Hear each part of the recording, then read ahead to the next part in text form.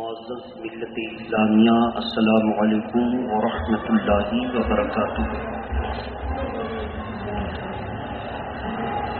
الحمد للہ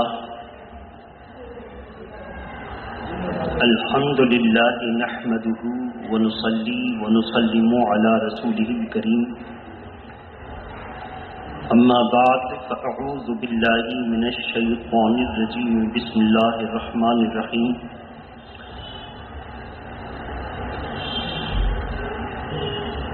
الا ان اولیاء اللہ لا خوف علیہم ولا هم يحزنون۔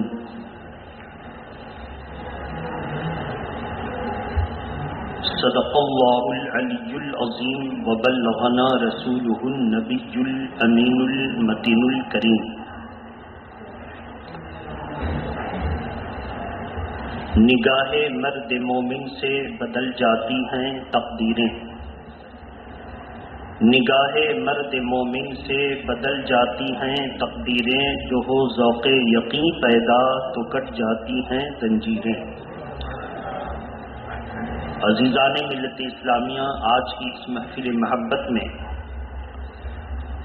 قرآن مقدس کی ایک مخصوص آیت کریمہ کی میں نے تلاوت کی ہے۔ اللہ تبارک و تعالیٰ کا ارشاد ہے، آگاہ ہو جاؤ، خبردار ہو جاؤ، اللہ کے ولیوں کو نہ کوئی خوف ہے نہ غم۔ اسی کی روشنی میں آج ہمارے پیش نظر دو عظیم شخصیتیں ہیں جن پر ہم مسلمان جتنا ناز کریں وہ کم ہے۔ ان عظیم شخصیتوں میں ایک ہیں خلیفہ چہارم حضرت سیدنا علی مشکل کشا علی کرم اللہ وجہہ الکریم، اور دوسرے ان کے پوتے حضرت سیدنا امام جعفر صادق ابن امام باقر رضی اللہ تعالی عنہ۔ یہ وہ ہستیاں ہیں جن سے محبت کرنا ایمان ہے، اور اللہ کے پیارے نبی صلی اللہ تعالی علیہ وسلم نے فرما دیا ہے کہ اے علی، تم سے دو جماعت غلط روش کی وجہ سے گمراہ ہوئی۔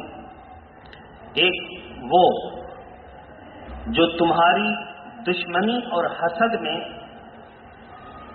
تمہیں برا بھلا کہتا ہے، وہ بھی جہنم میں، اور ایک وہ جو تم سے محبت کا دعویٰ کرتا ہوا میرے صحابہ کو گالیاں دیتا ہے وہ۔ تو تمہاری وجہ کر تمہارے دشمن بھی گمراہ ہوئے، اور تمہاری دوستی میں صحابہ کو گالیاں دینے والے بھی جہنم میں گئے۔ تو میرے محترم بزرگ اور دوستو، یہ کون ہیں؟ محبت کے ساتھ درود شریف پڑھیں۔ اللہم صلی علی سیدنا شفینا حبیبنا مولانا محمد وآلہ واصحابہ وبارک وسلم، صلاۃ و سلاما علیک یا رسول اللہ۔ حضرت علی وہ ہیں کہ خود ارشاد فرماتے ہیں کہ جب میں پیدا ہوا تو آنکھ میری بند تھی، اور سب سے پہلے میری آنکھ کھلی اور میں نے جس منور چہرے کو دیکھا وہ حضور صلی اللہ تعالی وسلم تھے۔ تو حضرت علی کی آنکھ کھلتی ہے تو نبوت کے شہنشاہ پر نظر پڑتی ہے، اور حضرت علی کا مقام و مرتبہ وہ ہے جن کے بارے میں اللہ کے پیارے نبی صلی اللہ تعالی علیہ وسلم نے ارشاد فرمایا، لا فتح الا علی، لا سیف الا بذی الفقار۔ اگر کوئی دنیا میں تلوار ہے تو وہ ذوالفقار ہے، اور اگر کوئی جوان ہے تو وہ علی ہیں۔ اور علی اتنا خوبصورت نام ہے اتنا خوبصورت نام ہے کہ دنیا میں کسی نام کو اٹھائیں اور آپ اس کو بگاڑ کر کے لیں تو معنی بدل جائے گا. یعنی عموماً آدمی کا طریقہ ہے کہ ایک نام لیتا ہے اس کو کہتے ہیں موضوع، اور اسی کو بگاڑ کر کے لیتا ہے تو اس کو کہتے ہیں مہمل. موضوع کا مطلب ہوتا ہے اسی معنی کے لیے وضع کیا گیا، اور مہمل ہوتا ہے کہ یہ اس معنی کے لیے وضع کیا نہیں گیا، وہ بیکار ہے. مثال کے طور پہ آدمی بولتا ہے پانی وانی، پانی پیئیں گے؟ کہتا پانی وانی چھوڑ، پہلے بات کر. آدمی بولتا ہے کل کریں گے یہ کام، تو جواب ملتا ہے کل ول چھوڑ، آج ہی کر یہ کام. آدمی کہتا ہے آئندہ کریں گے، تو جواب ملتا ہے آئندہ وائندہ کی بات چھوڑ، ابھی چلا جا. تو آئندہ تو موضوع ہے اور وائندہ محمل ہے. چائے پیئیں گے، چائے وائے چلے گی تو چلا دیجئے، تو چائے لفظ موضوع ہے اور وائے محمل ہے. اب آپ دیکھیں، چائے کا معنی تو جانتے ہیں مگر وائے کا معنی کوئی نہیں جانتا. کل کا معنی تو جانتے ہیں مگر ول کا معنی کوئی نہیں جانتا. تو پہلا والا ہوا موضوع اور دوسرا ہوا محمد. اب اس مثال کو سمجھے تو دیکھیے، دنیا میں جتنے اسم کو لائے نام، تو سب کا محمل وہ لفظ ہوگا جس کا معنی کچھ نہیں ہے. لیکن حضرت علی کی شان یہ ہے کہ اگر موضوع لے تو بھی صحیح ہے اور محمل لے تو بھی صحیح ہے. اب کیسے وہ دیکھیے، محبت کے ساتھ درود شریف پڑھیں. اللہم صلی علی سیدنا شفینا حبیبنا مولانا محمد وآلہ واصحابہ وبارک وسلم صلاۃ و سلاما علیک یا رسول اللہ صلی اللہ علیہ وسلم. جیسے ہی اگر کوئی لینا چاہے تو کیا ہم لوگ کہتے ہیں حضرت علی کرم اللہ وجہہ الکریم. کیوں کہ ان کا دشمن خارجی وہ کہتا ہے سود اللہ وجہہ نعوذ باللہ من ذالک. ترجمہ کیا ہوگا؟ اس کا چہرہ کالا ہو. تو اس لیے مسلمان تمام صحابہ میں خصوصیت کے ساتھ رضی اللہ تعالی عنہ کا اضافہ کرتا ہے.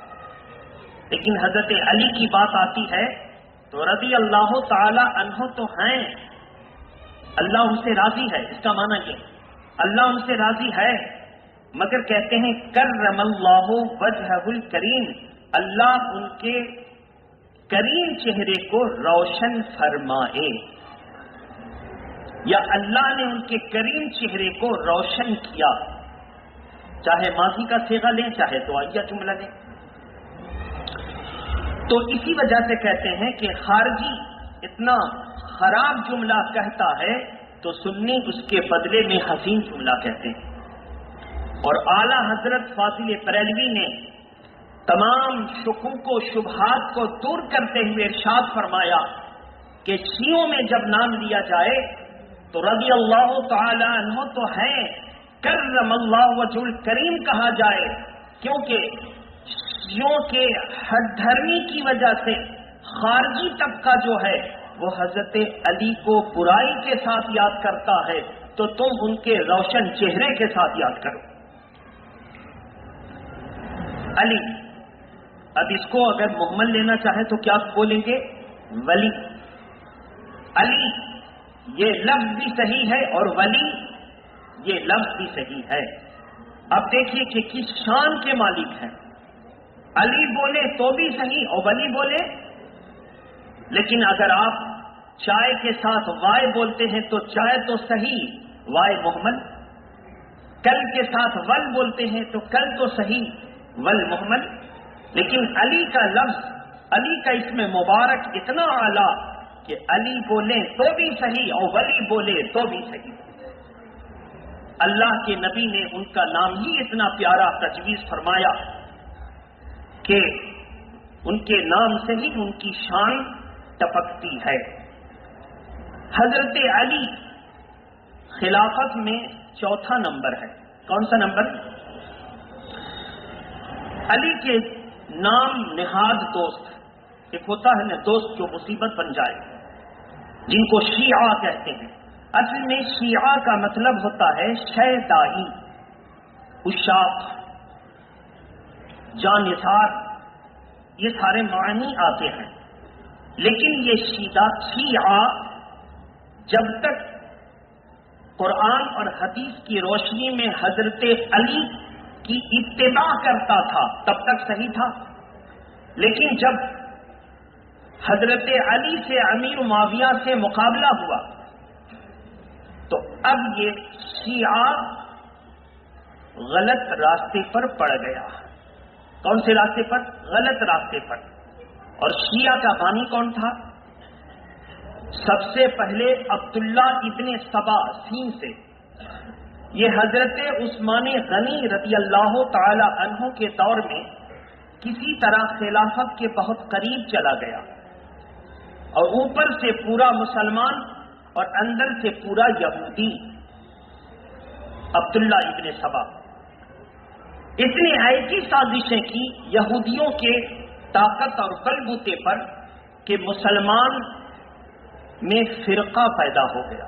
اسی فرقے کا نام ہے شیعہ.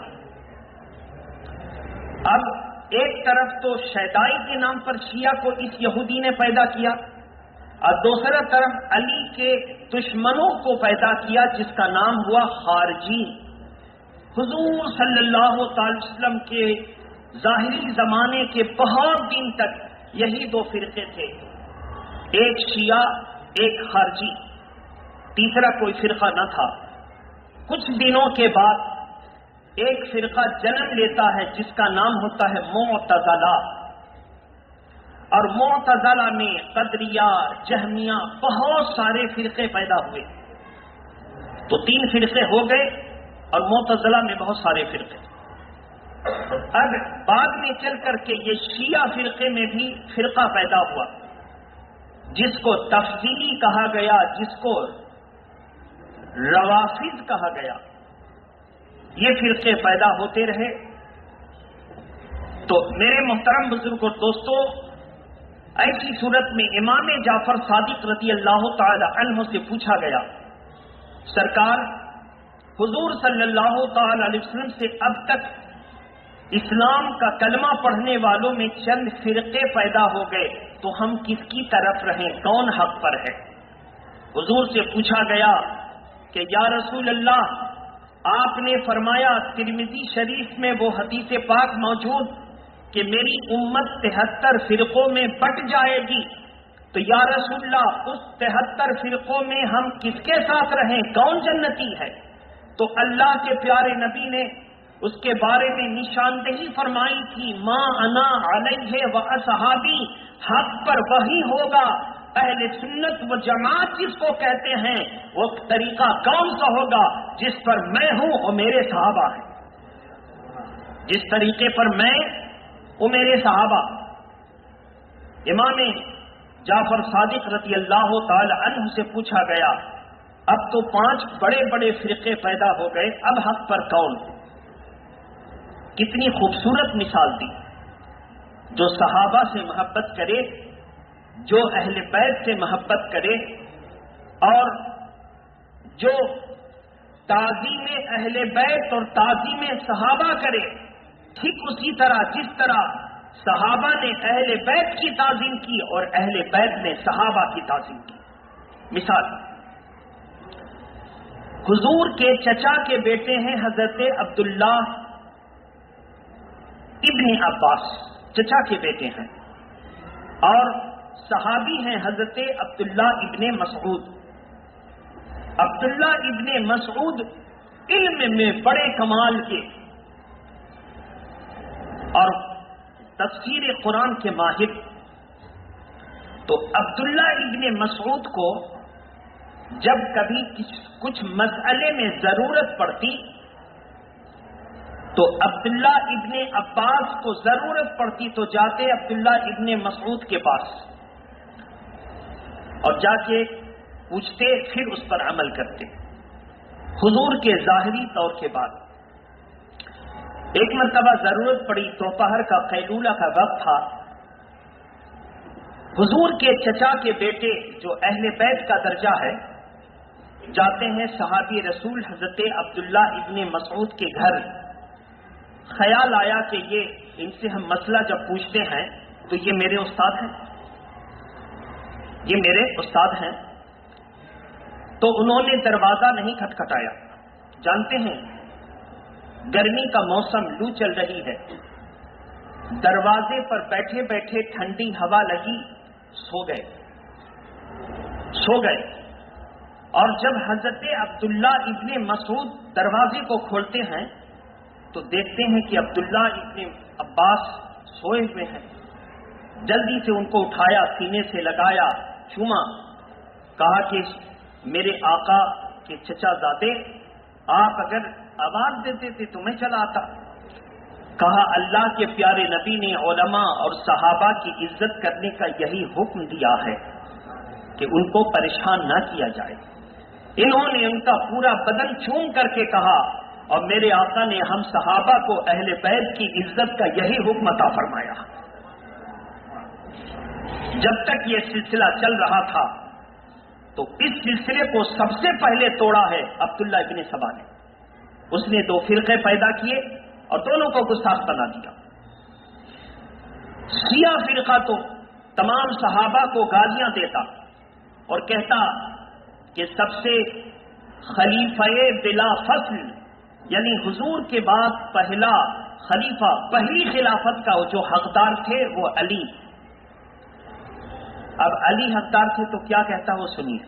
کہتا ہے ابو بکر نے حق چھین لیا، پھر عمر نے حق چھین لیا، پھر عثمان نے حق چھین لیا، نعوذ باللہ من ذالک۔ اب جو صحابہ کو کہے حق چھین لیا تو نبی سے جو اتنے قریب کہ افضل الانبیاء بعد تحقیق، نبی کے بعد تحقیق کے مطابق سب سے افضل درجہ ابو بکر کا، ان کو کوئی غاصب اور چھینتائی کرنے والا کہے وہ سب ہو سکتا ہے، علی کی ایسی گستاخانہ محبت والا مسلمان نہیں ہو سکتا،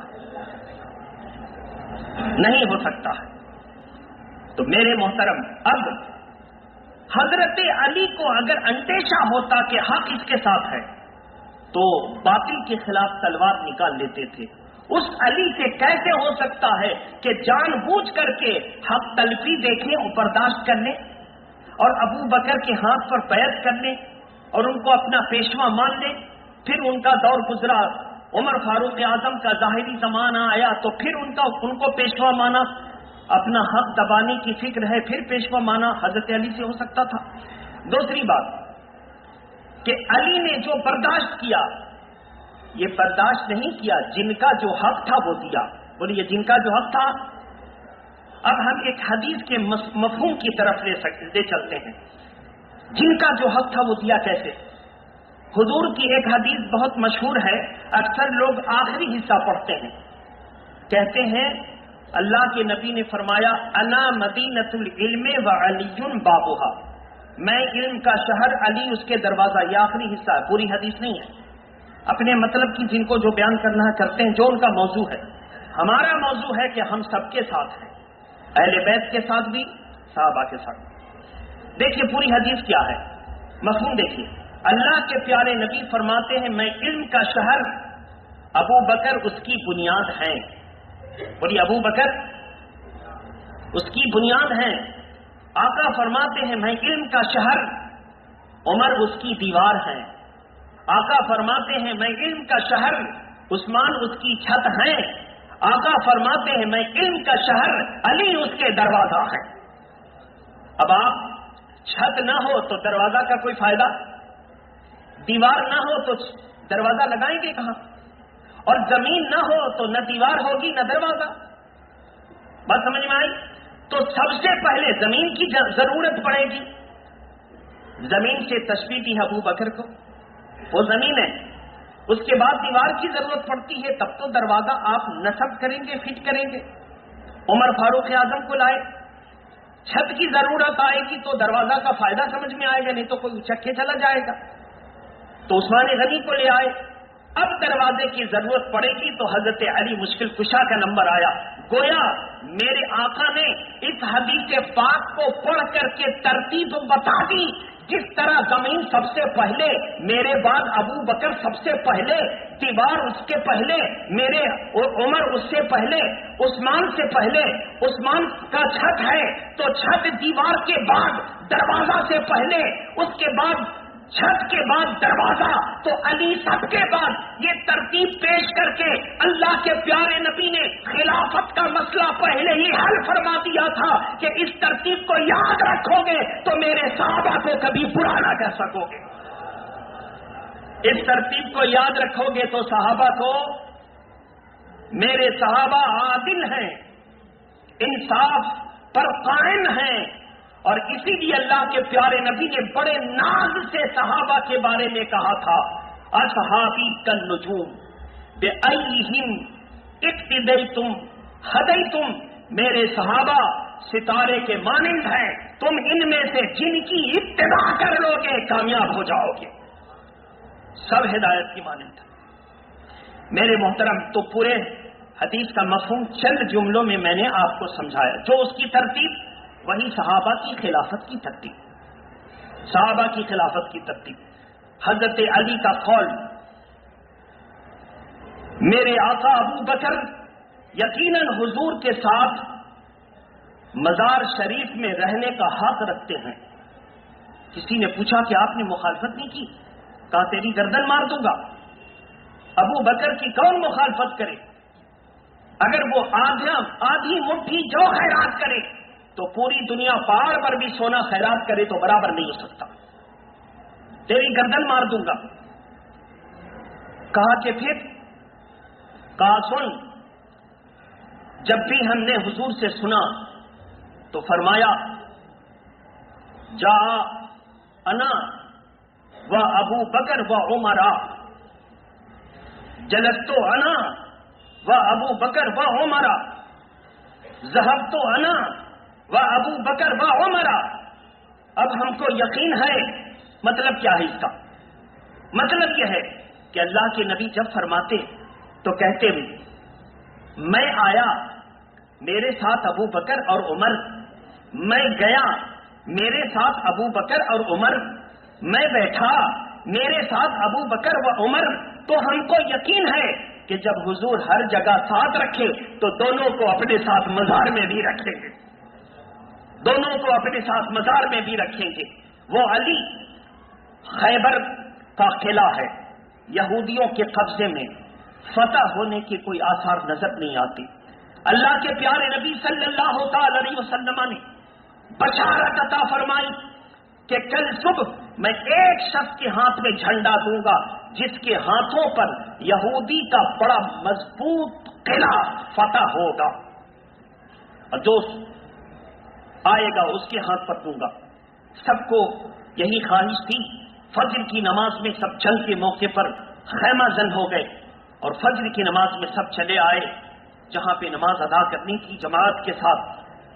سب کی یہی تمنا تھی، ہم بوڑھے ہیں تو کیا ہوا، حضور جب جھنڈا دیں گے تو فتح و نصرت کی بشارت ہے، ہم جوان ہیں، نوخیز ہیں تو تجربہ نہیں ہے تو کیا ہوا، جس کے ہاتھ میں حضور جھنڈا دیں گے وہی کامیاب ہوگا، جس کے ہاتھ میں دے دیں گے وہ کامیاب ہوگا۔ سب کے دل میں یہی تمنا، اپنی کمزوری پر توجہ نہیں دینی، حضور جھنڈا کس کو دے رہے ہیں اس کو دیکھنا ہے، اس لیے کامیابی تو حضور سے ہے۔ علی آئے، بعد میں آئے، کہا آئینہ علی، علی کہاں ہیں؟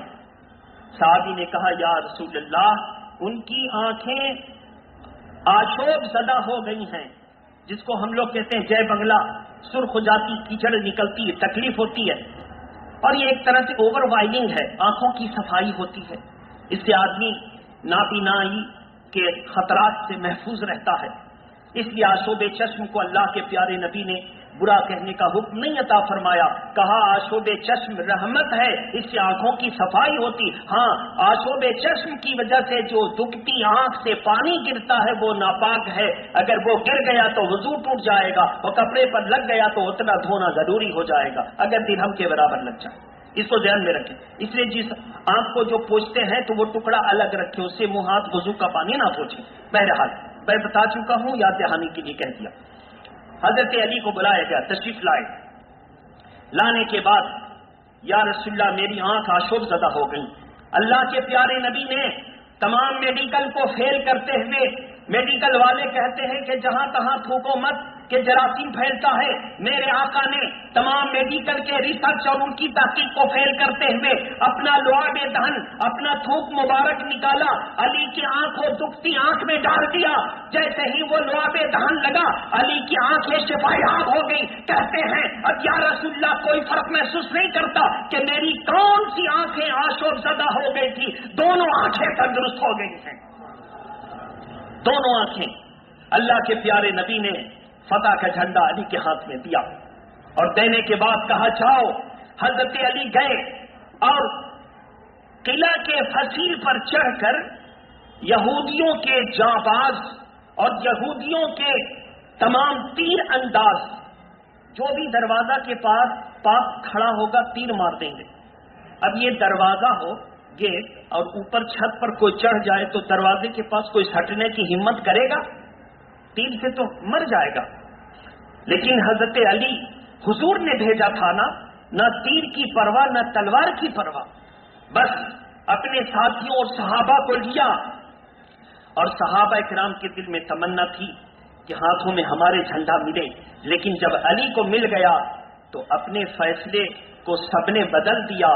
کہا مرضی مولا ہما اولا، اللہ کی مرضی یہی تھی، جو اللہ کی مرضی وہ سب کی مرضی سے بہتر ہے. سب ساتھ ہو گئے، کسی کے دل میں کوئی دل شکنی نہیں، ساتھ ہو گئے اور ایسا حملہ کیا کہ نہ تیر کی فکر نہ تلوار کی فکر. اور حضرت علی نے آگے بڑھ کر کے خیبر کے قلعے کا پھاٹک پورا چوکھٹ سمیت دروازے کو اٹھایا اور 40 ہاتھ دور پھینک دیا. دروازہ کو توڑ کے داخل ہوئے نہیں، دروازہ کو ٹھیل کر داخل ہوئے نہیں، دروازہ کے اندر کی پٹی توڑ دی نہیں، پورا چوکھٹ سمیت پتھر میں جڑا ہوا موٹی کیل والا دروازہ اکھاڑا اور پھینک دیا اور پھینک کر کے اس قلعے میں داخل ہو گئے. فتح و نصرت کے نقارے بجے. اللہ کے پیارے نبی نے ارشاد فرمایا لا فتح الا علی لا سیف الا بالذوالفقار. اگر کوئی جوان ہے وہ علی ہے اور کوئی تلوار کا جوہر دکھانے والی تلوار ہے تو وہ علی کی تلوار ذوالفقار. چلیے یہ تو ہو گیا. آخری دیکھیے، کوفہ کی سرزمین ہے، حضرت علی کا دارالخلافہ یعنی اسلامی راجدھانی. کیا ہے انگلش میں کیا کہیں گے؟ کیپٹل. ہندوستان کی کیپٹل دلی، حضرت علی کی حکومت کی راجدھانی کوفہ. کوفے کی جامع مسجد میں روٹی کو پانی میں ڈبو کر کے دھیرے دھیرے چبا رہے ہیں. کوئی روتا ہوا پوچھتا ہے اے علی، آج اس روٹی کو پانی میں پھلا کر کے بھی دھیرے دھیرے چبا رہے ہیں، اتنی کمزوری؟ آپ ہی ہیں وہ نا جس نے خیبر کے دروازے نہیں پوری چوکھٹ سمیت دروازے کو نکال کر اور پھینکا تو 40 ہاتھ، جس کو بعد میں جب جوانوں نے اٹھایا تو 40 سے 60 جوان ٹھیک سے نہ اٹھا سکے. وہ طاقت کون سی تھی؟ اور آج جو روٹی پھلی ہوئی روٹی کو دھیرے دھیرے چبا رہے، اتنی کمزوری کیسے؟ کیا جواب دیا ہے ناز بھرا انداز میں. کہا کہ بھائی وہ طاقت میرے رسول اللہ کی دی ہوئی تھی اور یہ طاقت علی کی ہے، یہ طاقت علی کی ہے، وہ رسول اللہ کی دی ہوئی. اے اہل سنت و جماعت کے لوگوں، قربان جاؤ کہ علی کا بھی یہی عقیدہ تھا کہ رسول اللہ جس کو چاہیں طاقت عطا فرما دے. جو علی کا عقیدہ ہے وہ ہم سب کا عقیدہ ہے. وہابی کہتا ہے جس کا نام محمد یا علی ہو وہ کسی چیز کا مالک و مختار نہیں. تقویت الایمان اٹھا کر کے دیکھیں، وہابیوں کے پیشوا کی کتاب صراط مستقیم اٹھا کر کے دیکھیں، خلیل احمد کی کتاب اٹھا کر کے دیکھیں. وہابیوں نے کہا جس کا نام علی یا محمد ہو وہ کسی چیز کا مالک نہیں ہوتا، مگر میرے علی کا عقیدہ ہے کہ وہ طاقت نبی کی دی ہوئی تھی. گویا کہ جو علی کا عقیدہ ہے وہ مسلمان کا عقیدہ ہے. اب بھی آپ وہابیوں سے رشتہ کریں گے، ایک جگہ علی کی محبت بھی آپ کے سینے میں. اگر علی کی محبت ہے تو وہابیوں سے میل جول، اگر علی سے محبت ہے تو دیوبندیوں سے رشتہ، اگر علی سے محبت ہے تو غیر مقلدوں سے پھسر. ایک علی کا چاہنے والا کبھی ایسا نہیں ہو سکتا. لگے ہاتھوں سن لیجئے کون ہے امام جعفر صادق. امام جعفر صادق کا عرس ہے 2 دن کے بعد. وصال کی تاریخ 15 رجب، مشہور یہی ہے. بولیے کون سی تاریخ؟ آج کتنی؟ 13 رجب. بولیے آج کتنی؟ اتوار کے دن بہت سے لوگ کنڈے کی فاتحہ کرتے ہیں. میرے امام جعفر صادق کا معاملہ یہ تھا کہ جب کوئی غریب ان کے نام کی فاتحہ دلاتا، بزرگ کہتے کہ اگر تو غریب ہے، ضرورت مند ہے، روزی میں برکت نہیں، تو نماز کی پابندی کر، قرآن کی تلاوت کر، نفل کی کثرت کر، جھوٹ سے باز آ جا اور تمام حرام کام سے توبہ کر دے. پھر امام جعفر صادق کی کنڈے کی فاتحہ دلاتے، اور جو امام جعفر صادق کے کنڈے کی فاتحہ دلا دیتا، اللہ تبارک تعالیٰ اس کی روزی میں برکت عطا فرما دیتا. روزی میں برکت عطا فرما دیتا. میرے محترم، بس یہیں تک. جو علی والا ہوگا وہ کبھی وہابیوں کی صحبت کو پسند نہیں کرے گا. یہ بہت مشکل امر ہے کہ ہم ایک طرف علی کی شان میں جب تقریر ہو اس کو بھی سن کر کے جھومیں، اور تھوڑی دیر کے بعد وہابیوں کے ساتھ چائے پیئیں، ان کے ساتھ خسر پھسر کہیں، ان کو اپنی بارات میں لے چلیں، ان کو اپنی شادیوں میں شرکت کروائیں. نہیں میرے محترم، ایک مسلمان جو فیصلہ کرتا ہے وہ ایک طرف رہتا ہے. اگر مرنا ہوگا تو علی کی محبت میں مر جائیں گے. اگر کوئی ساتھ نہ دے تو اپنا عقیدہ یہی ہے، کوئی ساتھ دے نہ دے، لیکن جس کے ساتھ علی ہیں اس کے ساتھ ولی ہیں، اور جس کے ساتھ ولی ہیں اس کے ساتھ نبی ہیں، اور جس کے ساتھ نبی ہیں اس کے ساتھ خدا ہے. اب جس کا حامی ہو خدا، کسی کی ضرورت. اللہ تبارک تعالی ہم سب کو اس پر قائم رکھے. وآخر دعوانا ان الحمدللہ رب العالمین. السلام علیکم. اسی جوش میں ہم آپ کو تشریف رکھیں، سب کو سیدھی کر لیں، تشریف رکھیں. آپ کے تشریف رکھتے رکھتے ہم آپ کو خوشخبری دے دیں.